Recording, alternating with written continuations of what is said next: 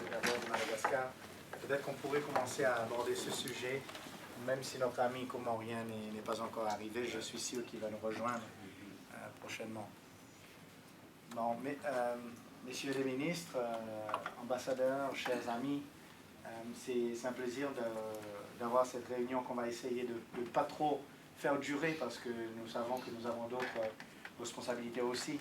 Mais je crois que c'est très important que la COI continue de se rassembler dans des autres forums, même que c'est en dehors du Conseil des ministres de la COI, parce que ça donne l'occasion de partager les points de vue d'une manière informelle, d'avoir des consultations sur des sujets d'importance pour nos pays respectifs et aussi de mettre en commun des positions. Alors, c'est l'occasion aussi pour les Seychelles, qui ont actuellement la présidence, de vous faire un petit bilan du travail qu'on a fait.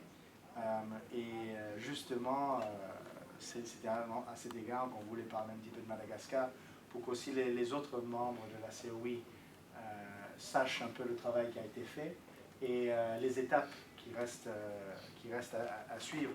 Le budget pour les élections a été arrêté. Le budget pour les élections a été arrêté parce que la CENIT, je pense, avec la communauté internationale, avait déjà déterminé un certain montant qui était de l'ordre de 71 millions de dollars à l'année. Et il restait donc la contrepartie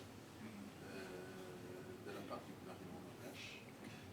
Et on avait déjà une concertation entre les deux parties, la CENIT et le gouvernement, et c'est là où il y avait déjà une décision de principe de la part du président de la Constitution de débloquer la part du gouvernement. Mais maintenant, il y avait des petites discussions au niveau des montants,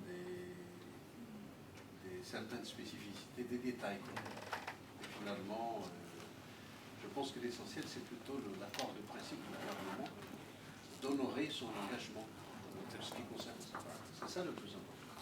Et le gouvernement, l'annonce qui a été faite, ça correspond à l'attente des Nations Unies.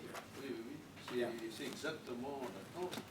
Il y a peut-être au niveau du calendrier de décaissement, un peu de il retard. convient peut-être de voir un peu parce que la CENI se plaint d'avoir perdu jusqu'à une certaine date, n'est-ce pas, le déblocage de certains fonds de la part du gouvernement.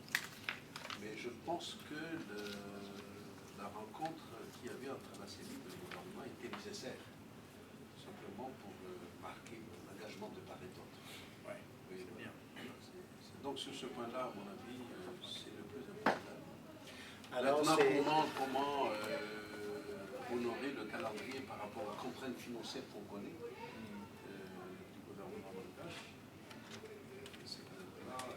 Maintenant, tout dépend du ministère des Finances qui saura comment voir un peu les modalités de déblocage de fonds. Mais sur le principe, c'est déjà OK. Alors, c'est correct de dire que la contribution du gouvernement au budget des élections est confirmée et conformément aux recommandations des Nations Unies. Exactement. Donc, alors, dans notre intervention, on va remercier le gouvernement de transition d'avoir fait cela. Voilà. Parce que c'est les élections vraiment qui nous amènent à la prochaine étape, à pouvoir faire Madagascar